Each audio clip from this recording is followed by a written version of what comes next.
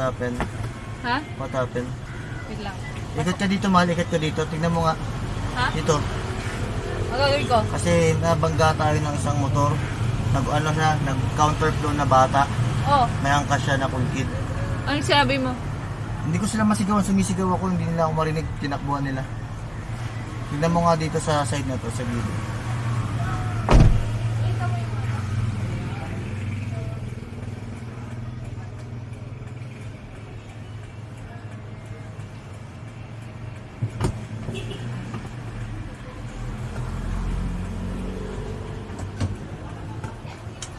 Walang susi sa akin.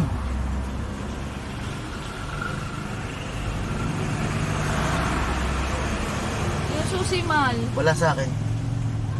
Nasa akin ba? Oo. Hindi mo binigay sa akin. Lutang na naman ako. Ano may sasabihin ko? Ano? San banda? Alam ko dito banda.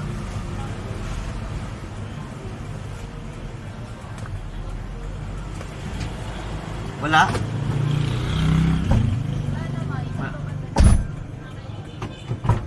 San dito banda? Dito banda sa gilid. Hindi ko alam kung saan kasi naramdaman ko bumalaw. Eh.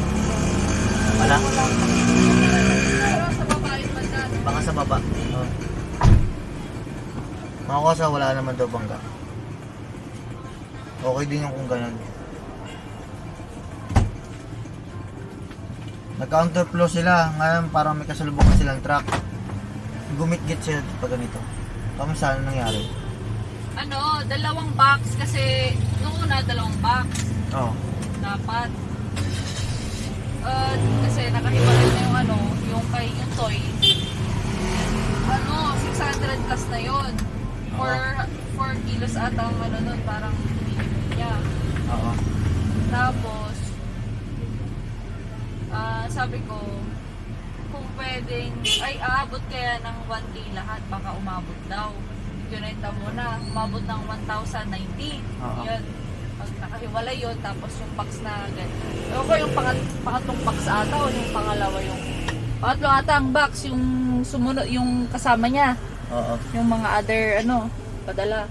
Tapos, sabi ko, pwede po ba yung pinakamalaki na? Sabi ko, yung large. Sa kanilang lahat na. Magkano po ba yun? 805. Tapos, plus, yung box mismo 80 pesos. Magkaiba pa yun. Ano tawag? Sumama. Plus yung box, 80 pesos. Oh. Di nasa 900.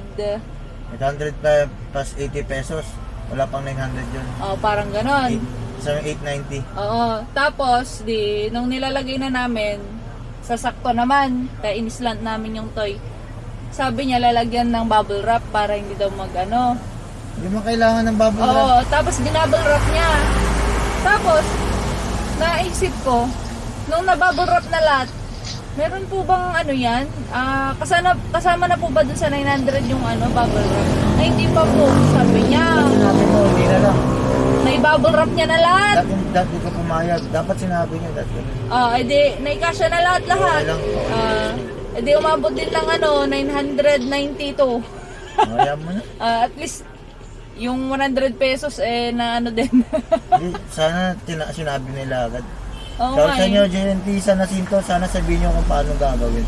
Para yung Na expenses. pinadala na namin sa JNT. Palawan na mama, tama ka umabot alas ng 900. 900. Tapos sabi nila, Kuya Wing, JNT na lang. Di nag-JNT na lang ako. Para ano. Okay, tayo. Next stop, Palawan Express. Padala tayo.